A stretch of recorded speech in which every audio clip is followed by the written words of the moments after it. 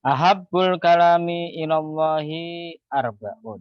Ahabbul kalami utawi luweh den tresnoni den senengi ucapan, yaitu ucapan manusia. Ilallahi marang Allah Ta'ala. Arbaun iku patang kalam, patang kalimat. Subhanallah. Pertama, subhanallah kelahan mau suci Allah. Walhamdulillah lan utai puji lillahi gusti Allah. Wala ilaha illallah. Wala ilaha lan orang no pangeran iku maujud illallahu angin kejaba Allah. Wallahu lan utai Allah akbaru iku zat kang luweh agung. La yadurruka orang bayani. La yadurruka orang bayani nak ka ing sira. Apa biayihinna apa endi-endine kalimat papat mau. Badak ta ngawiti sapa sira. Rawahu ngriwatake wingati sapa Ahmadu sapa Imam Ahmad. An Samurah bin Jundubin saking Samurah sahabat Samurah bin Jundub. Jadi ada 4 kalimat, 4 perkataan manusia yang dicintai sama Allah. Kenapa dikatakan 4 perkataan manusia? Karena kalimat yang terakhir, Wallahu Akbar itu ikut penelitian para ulama itu tidak disebutkan dalam Al-Quran. Yang ada Subhanallah, Walhamdulillah, Wala ilaha illallah, Wallahu Akbar. Jadi 4 kalimat ini ikut sebagian ulama itu adalah termasuk al-baqiyatus sholihah, peninggalan-peninggalan orang yang bisa memberikan amal pahala yang banyak sekali. Apa itu? Pertama, subhanallah, kelawan mau suci Allah, dengan menyebut nama Allah yang maha suci, gamanya semacam itu. Kemudian kedua, alhamdulillah, segala puji bagi Allah. Yang keempat, yang ketiga, kalimat tauhid, la ilaha illallah. Yang keempat, kalimat Allahu Akbar, Allah Maha Besar. 4 kalimat ini adalah 4 kalimat yang dicintai sama Allah Subhanahu wa taala. Tapi tidak harus berurutan semacam itu. Tidak harus subhanallah, walhamdulillah, wala ilaha illallah, wallahu akbar. Tidak harus semacam itu. Tapi ikut para ulama, salah seorang ulama mengatakan bahasanya yang baik ya urutannya ini. Sedangkan tidak sama urutannya, dibolak-balik, itu keringanan dari Allah Subhanahu wa taala. Kenapa kok kita harus mulai dengan subhanallah? Karena pertama kita memuji Allah. Allah itu kurang tidak memiliki kekurangan, memiliki sifat kesempurnaan. Jadi kita puji Allah Subhanahu wa taala. Kemudian yang kedua, setelah kita mengetahui bahwasanya Allah itu Maha Suci, tidak memiliki kekurangan, tidak butuh siapa-siapa, kemudian kita ucapkan alhamdulillah. Kenapa? Karena Allah itu Maha Mulia. Allah itu Maha Pemurah. Beliau memberikan banyak fadilah, banyak anugerah kepada kita tanpa ada perhitungan. Contohnya apa? Contohnya misalkan kita semua diberi nikmat panca indera, mata, telinga, hidung, dan lain sebagainya. Mereka semua itu yang kita miliki itu tidak ada tidak ada bandingan. Bentar ya. Bentar ya, ada anak saya mau ikut ngaji nih. Jadi kalau kita perhatikan jadi kalau kita perhatikan ada banyak nikmat Allah yang diberikan kepada kita semua. Contohnya misalkan mata. Anda disuruh beli mata itu berapa biayanya? Ya toh? Anda suruh operasi mata, nunggu giliran dapat donor mata, itu lama, harus menyesuaikan dengan apa namanya darah kita dan lain sebagainya.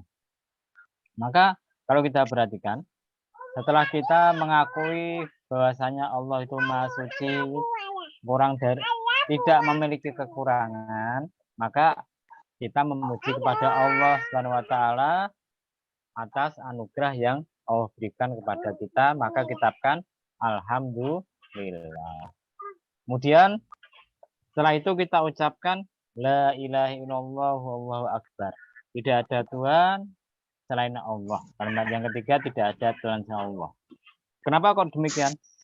Karena kalau kita tahu Allah itu Maha Suci, tidak memiliki kekurangan, tidak memiliki kebutuhan kepada siapapun, dan Allah itu Maha Pemberi kepada kita, tidak ada perhitungan, tidak ada pamrih dan lain sebagainya, maka kita tahu bahasanya tidak ada Tuhan yang lebih pantas disembah kecuali Allah Subhanahu wa taala. Karena itu kita mengucapkan la ilaha illallah. Nah, kalau kita sudah mengakui bahasanya Tuhan yang pantas disembah adalah Allah Subhanahu wa taala, barulah kita tahu, barulah kita memahami bahwasanya Allah itu adalah zat yang maha besar, zat yang maha agung dibandingkan yang lainnya. Maka kita mengucapkan Allahu Akbar. Nah, karena itu urut-urutannya semacam itu. Urut-urutannya semacam itu. Jadi boleh tidak urut, tapi paling utama itu dirikan subhanallah walhamdulillah wala ilaha illallah wallahu akbar. Jadi hadis ini diriwayatkan oleh Imam Ahmad dari Samurah bin Jundub. Dan ikut Imam Suyuti, hadisnya adalah hadis yang sahih, meskipun ada sebagian rawinya itu apa namanya diperselisihkan sifatnya.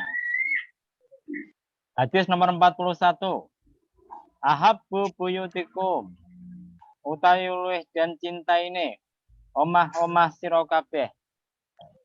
Ilallahi, maksudnya rumah orang muslim. Ilallahi marang Allah, baitun iku omah. Fihi kang tetep iku ing dalam omah. Yatimun utawi anak yatim. Mukramun kang den mulyaake. Rawahu ngriwayatake hadis sapa Al-Baihaqi, sapa Imam Baihaqi an Umar saking Umar bin Al-Khattab.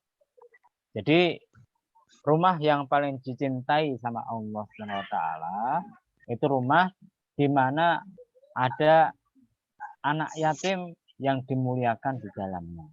Artinya apa? Artinya kita mengangkat anak angkat, mengambil anak angkat, anak yatim, kemudian diperlakukan sama seperti halnya anak kita sendiri.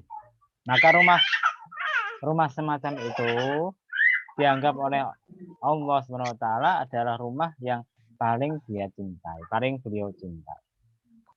Jadi kebalikannya, rumah yang paling Allah benci adalah rumah di mana ada anak yatim kemudian diperlakukan dengan dolim. Dalam hadis lain riwayat Imam Ibnu Majah diterangkan bahwasanya rumah yang paling baik adalah rumah yang di dalamnya ada anak yatim, kemudian orang-orang di keluarga itu memperlakukan anak yatim dengan cara yang baik. Sedangkan rumah yang paling jelek itu rumah di mana ada anak yatim di dalamnya kemudian diperlakukan dengan cara yang buruk. Nah, ini menguatkan hadis ini. Ahabbu buyutikum ilallahi baitun fihi yatim muslimun. Bahwasanya rumah yang paling dicintai Allah, rumah yang ada anak yatim yang dimuliakan. Meskipun hadisnya ini lemah, tapi dikuatkan oleh hadisnya Imam Ibnu Majah tadi. Yatim itu siapa? Dulu sudah pernah terangkan, anak yatim itu anak yang kehilangan bapaknya dan belum balik. Kalau sudah balik tidak bisa dinamakan sebagai anak yatim. Ada lagi yang menambahkan, anak yatim itu adalah anak yang kehilangan bapaknya, kemudian belum balik, dan tidak ada orang yang menanggungnya. Kalau ada orang yang menanggungnya, ya tidak dianggap sebagai anak yatim. Contoh misalkan ada saudara Anda, bapaknya punya anak, kemudian saudara Anda meninggal dunia, anaknya Anda angkat sebagai anak angkat. Ya, ikut pendapat yang kedua ini, meskipun dia yatim, tapi tidak pas dinamakan yatim karena sudah ada orang tua angkatnya. Tapi kalau ikut yang pertama tadi, pokoknya anak yatim itu anak yang kehilangan bapaknya dan belum balik, ya berarti dinamakan yatim. Bagaimana kalau dia belum balik tapi sudah bisa bekerja sendiri, sudah mampu menghidupi sendiri, ya kalau kita ikut pendapat yang pertama tadi ya tetap dianggap sebagai anak yatim. Tapi ada pendapat yang lain mengatakan kalau dia belum balik tapi sudah mampu mencukupi dirinya sendiri, maka tidak dianggap sebagai anak yatim. Ini pendapat itu, Mas. Kalau Anda ingin baca di kitabnya Imam Al-Munawi dalam yang judulnya namanya Faidul Qadir, sarahnya Jami'us Shaghir. Itu nanti di hadis sebelumnya kita sudah bahas anak yatim, bahwasanya kalau ada anak yatim kemudian dilus-lus kepalanya, rambut kita akan dapat pahala sejumlah rambut yang kita lus tadi. Nah, di sarahnya nanti akan diterangkan panjang lebar termasuk anak yatim. Kemudian yang perlu diperhatikan lagi, di sini lafaznya yatimun, nakiroh, tidak tertentu. Berarti termasuk anak yatim orang kafir. Kemarin sudah kita terangkan, anak yatim orang kafir pun mendapatkan perlakuan yang sama dengan anak yatim orang Islam. Artinya perlu dimuliakan, perlu dikasih sayangi, perlu dikasihkan santunan. Jadi tidak hanya terbatas anak yatimnya orang Islam. Karena itu dikasih isim nakiroh yatimun. Kemudian yang hadis nomor 42. Ahabbullahi ta'ala. Ahabba, seneng. Ahabba, seneng sapa Allah ta'ala. Abdan ing menungso. Abdan ing kawula. Samahan kang gampang. Ida ba'a nalikane adol sapa abdan. Wasamahan lan gampang. Ida staro nalikane tuku sapa abdan. Wasamahan lan gampang. Ida kodo nalikane natrapi sapa wong. Wasamahan lan gampang. Ida tado nalikane nuntut sapa wong. Rawahu asapatun. Rawahu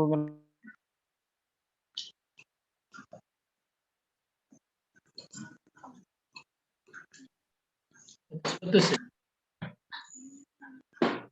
Putus. Oke.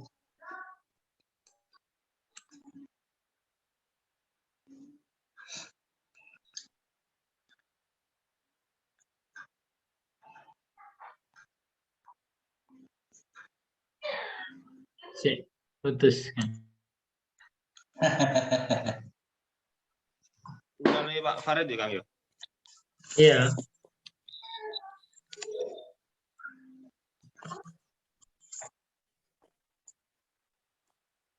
Tapi lagi belajar ulang loh, lagi belajar gambar. Neng omah iki. Enggak, ini kos biar gambar anak. Saya awakmu neng omah kana? Enggak, ini kos itu ya. Mas Lan. Wono. Mas Lan. Oh, ono tuyule. Iki lho bagamu. Iki lho bagamu. Loh. Apa iki yo? Nah.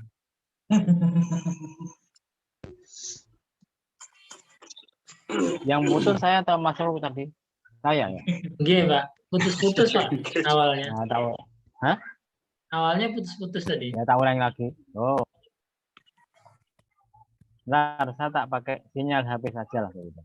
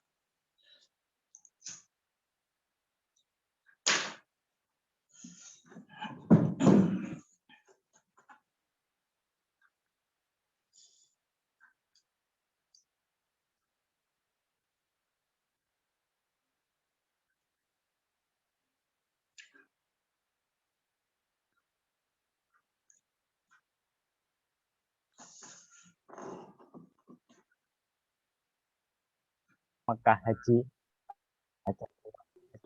maka ada sahabat yang tanya, wahai Rasulullah, saya ini kalau jualan tuh saya tawarkan dengan harga yang tinggi, kemudian pembeli saya itu menawar dari harga rendah. Ketika sudah sama-sama cocok harganya, tak lepas barang saya. Maka Kanjeng Nabi mengatakan, ya jangan gitu. Kalau kamu jualan itu jualannya dengan harga yang pas, pembelinya mau beli monggo, tidak beli ya tidak apa-apa. Nah, tapi ini cara yang mempraktekkan. Nah, kalau saya itu mencoba mempraktekkan. Jadi kalau saya jualan tuh saya kasih harga yang pas, mau diterima monggo, tidak mau diterima ya monggo. Tapi kadang-kadang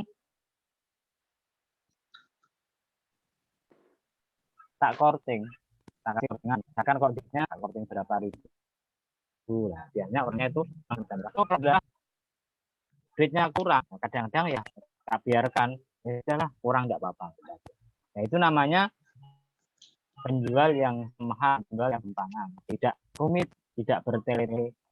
Kemudian ada penjual, Allah juga mencintai seseorang yang gampangan ketika membeli. Nah, ketika dia beli, tidak kenyang terus kan ada kan orang yang pembeli itu kenyang terus. Satu punya langganan penjual jam, tapi orangnya kenyang terus. Nah,